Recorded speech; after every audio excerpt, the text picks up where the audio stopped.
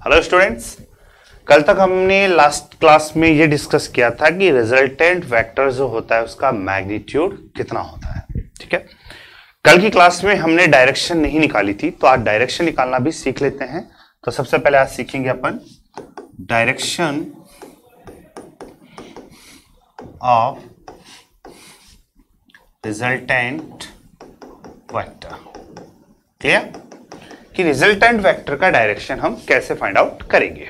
तो देखिए बेटा, डायग्राम कल बनाया था अपन ने कि ये आपके पास में ए वेक्टर था, ये मान लीजिए क्या था बेटा, बी वेक्टर था, ये हमारा रिजल्टेंट वेक्टर था आर वेक्टर, ये एंगल हमने आगे बढ़ाया था इसको, तो ये थीटा हो गया था, और इस यहाँ से परपेंडिकुलर ड्रॉ किया था, ये एस मान लीजिए, ये ओ मान लीजिए, ये P मान लीजिए, ये Q मान लीजिए। डायग्राम आपके पास था, जो भी आपने मान रखा है उसके हिसाब से लिख लेना। ठीक है, अभी मैं ये ले रहा हूं। तो देखिए ये रिजल्टेंट वेक्टर बेटा, सपोज दैट कि रिजल्टेंट वेक्टर ए वेक्टर के साथ में कितना एंगल बना रहा है बेटा, अल्फा।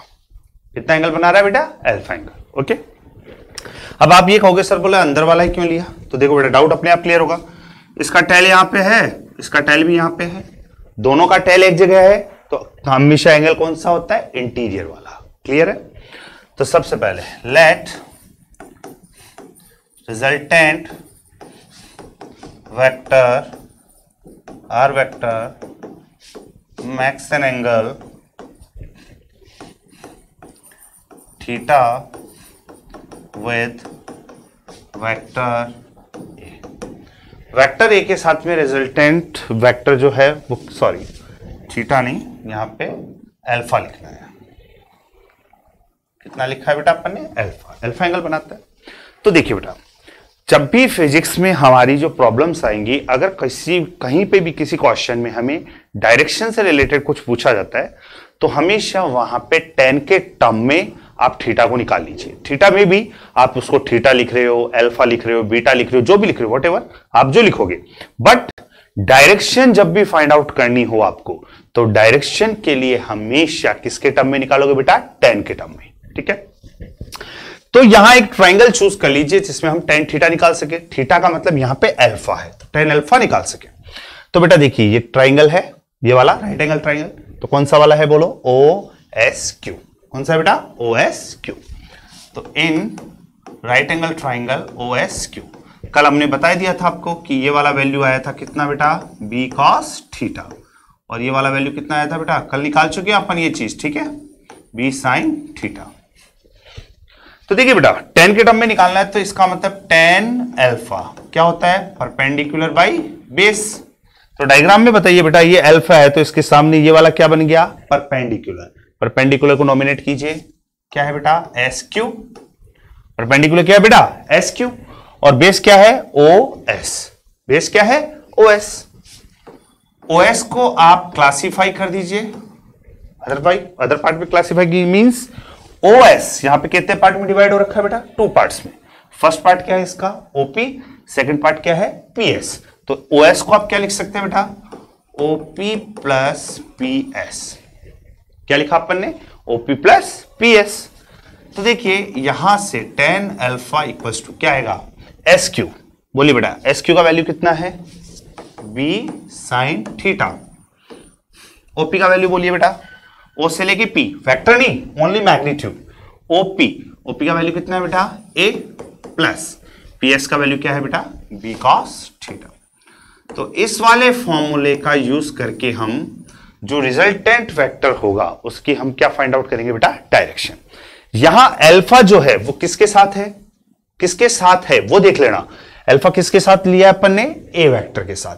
सपोज दैट आपको यही क्वेश्चन ये पूछ ले कि बेटा direction of resultant vector R vector with vector B. Question देखो क्या बोला आपको मैंने कि पहले हमने जो डेरिवेशन निकाला वो उसमें किसके अकॉर्डिंग निकाला कि आर वेक्टर जो है वो ए वेक्टर के साथ कितना एंगल बना रहा है बेटा, अल्फा। अगर इसी केस में मैं ए वेक्टर की जगह आपको क्वेश्चन ये बोल दूं बेटा बी वेक्टर हो, यानी let R vector makes an angle, अब इसमें बीटा मान लीजिए, beta with B vector, then tan beta. Alpha की जगह क्या लिख देंगे बेटा, टेन बीटा। तो देखो इसमें ज्यादा चेंजेस नहीं करने हैं।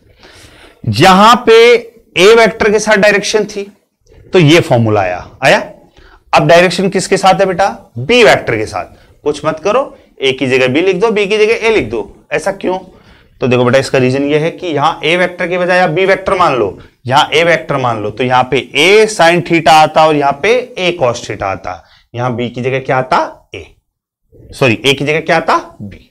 ठीक है, तो इसमें फॉर्मूला चेंज कर दीजिए। बी की जगह क्या हो जाएगा बेटा? ए साइन थीटा बी प्लस ए कॉस थीटा। अब एग्जाम में कंफ्यूज हो गए कि बोला सर हमें तो याद ही नहीं रहता, हम तो भूल जाते हैं। तो भूलने का कोई टेंशन नहीं है। देखो किसके साथ डायरेक्शन देख रहे हो आप? ए वेक्टर के साथ। किसके साथ? ए वेक्टर। तो यहां ए अकेला लिखा हुआ ना, बाकी दोनों के साथ क्या आ रहा है बेटा? बी आ रहा है। ठीक है, अब ये किसके साथ देख रहे हो? बी के साथ। किसके साथ देख रहे हो बेटा? बी के साथ। तो यहां बी अकेला आ रहा है और दोनों के साथ क्या आ रहा है? ए।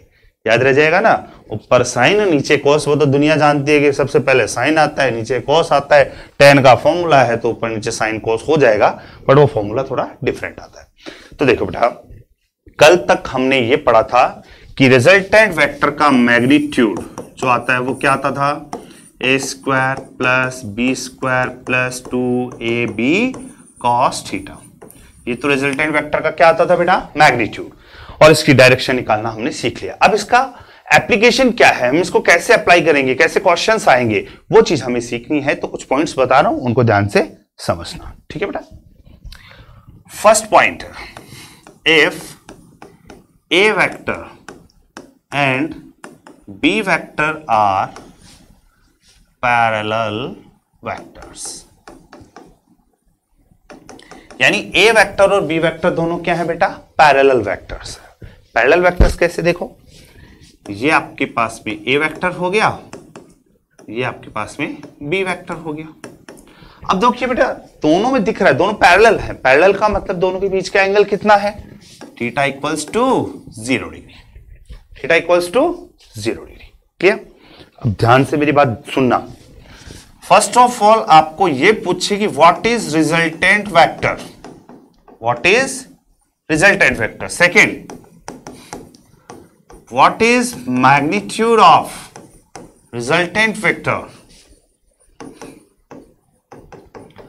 Finally, what is direction of resultant vector। ठीक है, तो देखिए बेटा, resultant vector is always represented by r vector equals to a vector plus b vector, whatever angle between them। Angle उनके बीच में कुछ भी हो, हमें कोई मतलब नहीं है, बट रिजल्टेंट वेक्टर हमेशा ऐसे ही लिखा जाएगा, R vector equals to A vector plus B vector. Then हम मैग्नीट्यूड निकालेंगे। तो मैग्नीट्यूड का फॉर्मूला हमने पढ़ा था बेटा, क्या था? Root A square plus B square plus 2ab cos theta. क्या था? थीटा। तो बेटा बोलिए थीटा कितना है पैरेलल वेक्टर्स के लिए? 0 डिग्री। एंड cos 0 का वैल्यू आप अच्छे से जानते हैं, कितना होता है बेटा cos 0 का वैल्यू? 1। यानी ये टर्म वैल्यू हो गया 1। तो क्या आएगा? A square plus B square plus 2ab, इतना ही रहेगा। यानी A square plus B square plus 2ab, और ये क्या बन गया बेटा? ए प्लस बी का होल स्क्वायर बन गया। ए प्लस बी का होल स्क्वायर। तो देखिए बेटा, स्क्वायर और रूट आपस में क्या हो जाएंगे? Cancel out. तो लास्ट में फाइनल रिजल्ट जो बनेगा आर इक्वल्स टू क्या आएगा बेटा? A plus B. और इसमें कंक्लूजन क्या है? ये रिजल्टेंट हमेशा मैक्सिमम है। Means if two vectors are there A and B, then maximum magnitude of resultant vector is always equal to sum of magnitudes of given vectors. Means आपके पास जो दो वेक्टर हैं ए और बी, उन दोनों के मैग्नीट्यूड्स का सम कर दो डायरेक्टली, तो वही आपका जो रिजल्टेंट वेक्टर होगा उसका मैक्सिमम एम्पलीट्यूड हो सकता है, सॉरी मैक्सिमम मैग्नीट्यूड हो सकता है। उससे ज्यादा कभी भी मैग्नीट्यूड नहीं आएगा। ये कंक्लूजन आपके लिए, ठीक है। तो आपसे पूछे कि दो वेक्टर्स का मैग्नीट्यूड मैक्सिमम होने के लिए उनके बीच का एंगल कितना होना चाहिए, तो आप कितना बताओगे बेटा? 0। या पूछ सकता है कि कौन से टाइप के वेक्टर होने चाहिए, तो क्या बताना है? Parallel vectors. क्लियर। इसके बाद आती है बेटा डायरेक्शन। तो डायरेक्शन देखिए कैसे निकालेंगे। फॉर्मूला अपने पास था कि अपन मान लीजिए tan अल्फा निकाल रहे हैं। क्या निकाल रहे हैं बेटा? tan alpha. तो क्या फॉर्मूला था? b sin theta by a plus b cos theta. तो देखिए b की जगह b sin थीटा, थीटा का value 0, a plus b cos theta, theta का वैल्यू 0। अब देखिए बेटा sin 0 का वैल्यू है 0, a प्लस b cos 0 का वैल्यू 1, तो ये हो गया 0 बाई a प्लस b यानी 0, यानी tan अल्फा किसके इक्वल आया बेटा? 0। तो अब ऐसी कंडीशन में सॉल्व कैसे करते हैं वो और सुन लो। जो इक्वल में आपका आंसर आ रहा है उसमें ये देखिए कि आपकी tan की टेबल में वो कहां पे आता है। तो tan में 0 कहां पे आता है बेटा? 0 डिग्री पे आता है। तो आप इसको ऐसे लिख देंगे tan alpha equal to tan 0 degree, tan alpha equal to tan 0। दोनों साइड में tan से tan कट जाता है, वो कटता नहीं है, मैथमेटिकल रूल है, ये tan उधर जाता है तो इनवर्स बनता है। ठीक है, इनवर्स बन के वो कैंसिल आउट होता है, डायरेक्टली नहीं करते, बट हम इसको सॉल्व करते हैं तो tan को एलिमिनेट कर देते हैं डायरेक्टली। तो अल्फा इक्वल टू क्या है बेटा? 0। अल्फा 0 आने का मतलब क्या है कि ये a वेक्टर है, ये आपका b वेक्टर है, तो इनका जो रिजल्टेंट है वो इन्हीं के पैरेलल आएगा, रिजल्टेंट वेक्टर इन्हीं के पैरेलल आएगा। तो पहला कंक्लूजन क्या निकला कि अगर दो पैरेलल वेक्टर सेम डायरेक्शन में जाने वाले वेक्टर आपको दिए हुए हैं तो उनका मैग्नीट्यूड निकालना हो रिजल्टेंट वेक्टर का, तो डायरेक्ट उनके मैग्नीट्यूड्स को ऐड कर दो और उनके रिजल्टेंट वेक्टर की डायरेक्शन आपको उन्हीं के डायरेक्शन में बनानी है। ठीक है बेटा, फर्स्ट केस पूरा हुआ। सेकंड केस देखिए बेटा, if a vectors and b vector are anti parallel, दोनों क्या हो बेटा? एंटी पैरेलल हो। इट मींस ये आपके पास a वेक्टर हो गया और ये वाला क्या हो गया बेटा? b vector. तो यहां पे बोलिए बेटा एंटी पैरेलल में थीटा कितना हो गया? 180 डिग्री। थीटा इधर चला गया ना, इधर उधर आ गया, तो थीटा का वैल्यू कितना है बेटा? 180 डिग्री। अब थीटा 180 डिग्री आ रहा है तो सबसे पहले हमें 2-3 चीजें बतानी थी। एक तो बताना था रिजल्टेंट वेक्टर कैसे लिखोगे, तो मैंने आपको बोला कि एंगल कुछ भी आए हमेशा resultant vector R vector equals to A vector plus B vector ही लिखा जाएगा हमेशा। ठीक है, नेक्स्ट चीज, magnitude of resultant vector, magnitude of resultant vector. तो मैग्नीट्यूड निकालोगे तो बेटा आर का फॉर्मूला आपके पास था ही, root A square plus B square plus twice of A B cos theta. Theta का वैल्यू कितना है बेटा? 180। तो कॉस 180 मैंने आपको बार बार बोला था बेटा, कॉस 180 का वैल्यू स्टार्टिंग में ट्रिग्नोमेट्री में याद करने के लिए बोला था, कितना होता है? -1। कितना होता है बेटा? -1। तो यहां -1 रखोगे तो बेटा यहां बीच में प्लस की जगह क्या हो जाएगा? माइनस। क्या बनेगा? A square plus B square minus 2ab। क्या बनेगा? A square plus B square minus 2ab। तो आर का जो वैल्यू आएगा वो आएगा a माइनस बी का होल स्क्वायर, स्क्वायर से रूट कैंसिल आउट, लास्ट में क्या बचेगा बेटा? a minus B. और ध्यान रखना ये होता है minimum magnitude of resultant vector. मींस दो वेक्टर आपको दिए हुए हैं, उनको डायरेक्ट सब्ट्रैक्ट कर दीजिए, सब्ट्रैक्शन के बाद जो वैल्यू आपको मिलेगी उस वैल्यू से कम कभी भी रिजल्टेंट वेक्टर का मैग्नीट्यूड नहीं आ सकता। क्यों नहीं आ सकता? इसके पीछे एक वजह है कि आपका जो रिजल्टेंट वेक्टर आ रहा है उसमें A square plus B square plus 2ab cos theta होता है बेटा। तो कॉस थीटा का मैक्सिमम वैल्यू +1 हो सकता है, जो आपकी कौन से वेक्टर्स में होता है? पैरेलल वेक्टर्स में। और कॉस थीटा का मिनिमम वैल्यू -1 होता है, जो किसमें होता है बेटा? एंटी पैरेलल वेक्टर्स में। तो ये +1 और -1 दोनों केस हमने पढ़ लिए। तो maximum magnitude of resultant vector is always equal to sum of magnitude of given vectors, and minimum magnitude of resultant vector is equal to subtraction of magnitude of given vector। ठीक है, इसमें देखो बेटा direction, तो direction में इसमें बेटा तरीका अलग है। तो डायरेक्शन में आप दोनों तरीकों से निकाल के देखोगे, डायरेक्शन में प्लस भी आ सकता है माइनस भी आता है, तो वो बता देगा कि किसकी डायरेक्शन में आपको जाना है। तो सॉल्व करने के बाद कुछ भी निकल के आए वो बाद का आपका काम है, वो इतना सा काम तो आप भी करेंगे। तो मैं आपको एक डायरेक्ट चीज बता रहा हूं, उसको याद रखना कि डायरेक्शन के लिए क्या करना है बेटा? Resultant vector is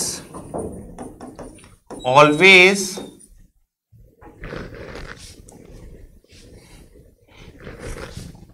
resultant vector is always in the direction of vector having greater magnitude means जिस वेक्टर का मैग्नीट्यूड ज्यादा होगा। लाइक एग्जांपल देखिए बेटा, ए वेक्टर है और ये बी वेक्टर है, तो यहां डायग्राम में आप खुद देखिए, ए वेक्टर का मैग्नीट्यूड ज्यादा है, बी वेक्टर का मैग्नीट्यूड क्या है, कम। देखो ये छोटा है, ये बड़ा है, तो रिजल्टेंट वेक्टर जो आएगा वो इस डायरेक्शन में आएगा। क्लियर है? बट वो थोड़ा सा कम होगा, इसके बराबर नहीं होगा, बट वो थोड़ा सा कम हो जाएगा। ऐसे कुछ थोड़ा छोटा वैल्यू आएगा इसमें। ठीक है, ये आपका रिजल्टेंट वेक्टर हो गया। ठीक है, नेक्स्ट केस हम देखते हैं बेटा, थर्ड, कि if A vector and P vector are perpendicular to each other. बेटा परपेंडिकुलर कब होते हैं? जब कौन से वेक्टर होंगे? वो ऑर्थोगोनल वेक्टर्स। यानी ऑर्थोगोनल वेक्टर्स हमेशा एक दूसरे के क्या होते हैं? परपेंडिकुलर। तो क्वेश्चन में आपको परपेंडिकुलर ना देके ऑर्थोगोनल वेक्टर्स बोल देगा, कंफ्यूजन कर सकता है। ठीक है, ध्यान रखना इस चीज को। तो देखिए बेटा, ये ए वेक्टर हो गया, ये बी वेक्टर हो गया, दोनों के बीच का एंगल कितना? 90 डिग्री है। 90 डिग्री है, तो इस केस में आपको रिजल्टेंट वेक्टर को कैसे लिखना है? तो first of all resultant vector, resultant vector हमेशा कैसे लिखा जाएगा बेटा? मैंने बोल दिया, R vector equals to A vector plus B vector. ठीक है, magnitude of resultant vector, magnitude of resultant vector, magnitude of resultant vector कैसे निकलेगा वो भी देखिए। R equals to root of A square plus B square plus twice of A B cos 90 डिग्री। कितना हो गया? Cos 90 degree. अब इसमें वैल्यू पुट करने के बाद देखिए बेटा, कॉस 90 का वैल्यू कितना होता है? 0। कॉस 90 कितना होता है? 0। तो आपका आंसर क्या आएगा? Root of A square plus B square, root of A square plus B square. Direction आप निकाल सकते हैं आराम से। अब जो फाइनली मेरा कंक्लूजन निकल के आया है, इस बात को आप ध्यान से समझना, ये आपके लिए बहुत ज्यादा इंपॉर्टेंट कि कंक्लूजन क्या निकला। कंक्लूजन ये बेटा कि रिजल्टेंट वेक्टर का जो मैग्नीट्यूड होता है आर, वो हमेशा लाई करता है ए माइनस बी और ए प्लस बी के बीच में। मतलब क्या हुआ कि जो रिजल्टेंट वेक्टर का मैग्नीट्यूड आएगा वो ए माइनस बी के इक्वल हो सकता है, उससे ज्यादा हो सकता है। ठीक है, कम नहीं होगा। पहली बात, रिजल्टेंट वेक्टर का मैग्नीट्यूड ए प्लस बी के इक्वल हो सकता है, लेस हो सकता है, उससे कम हो सकता है, बट उससे ज्यादा नहीं होगा। फॉर एग्जाम्पल समझिए आप लोग। सपोज दैट मैंने आपसे कहा बेटा, ये है 4 न्यूटन, ये है 3 न्यूटन। ठीक है, 4 न्यूटन और 3 न्यूटन है। इन दोनों के अंदर 4 न्यूटन और 3 न्यूटन में कौन सा रिजल्टेंट पॉसिबल है? फॉर एग्जाम्पल मैंने आंसर दिया 1 न्यूटन, सेकंड दिया 7 न्यूटन, थर्ड दिया मैंने 0.5 न्यूटन, फोर्थ दिया मैंने 10 न्यूटन, फिफ्थ मैंने दिया 6 न्यूटन। तो आपसे ये पूछा गया कि 3 और 4 का कौन सा रिजल्टेंट तो पॉसिबल है और कौन सा नहीं है। तो मैंने क्या बोला था अभी, आपको याद हो तो, कि मैक्सिमम कितना आ सकता है 3 और 4 का? 3 + 4 7। 7 से कम हो सकता है लेकिन ज्यादा नहीं होगा। मिनिमम कितना आ सकता है? 4 - 3 कितना? 1। 1 से इक्वल हो सकता है, 1 के इक्वल हो सकता है, 1 से ज्यादा हो सकता है, बट 1 से कम कभी नहीं आएगा। तो 1 से कम हो गया ये वाला, तो ये रॉन्ग है। ठीक है, 7 न्यूटन से ज्यादा हो गया 10, तो ये भी क्या है बेटा? रॉन्ग। बाकी 1 भी ठीक है, 7 भी ठीक है, 6 भी ठीक है। इसके बीच में जो लाई करेंगे वो आंसर आपके करेक्ट है, जो लाई नहीं करेंगे वो आंसर क्या है बेटा? रॉन्ग। तो आज की क्लास में आपको जो सिखाया वो आपको प्रॉपर वे में आना चाहिए, बिकॉज आपके जो नेक्स्ट क्वेश्चंस आएंगे वो इन्हीं पे रिलेटेड होंगे। इन्हीं से रिलेटेड लाइक आपको रिजल्टेंट वेक्टर का मैग्नीट्यूड फाइंड आउट करना आना चाहिए कि कैसे मैग्नीट्यूड निकालते हैं, उसका फॉर्मूला आपको मैंने बता दिया।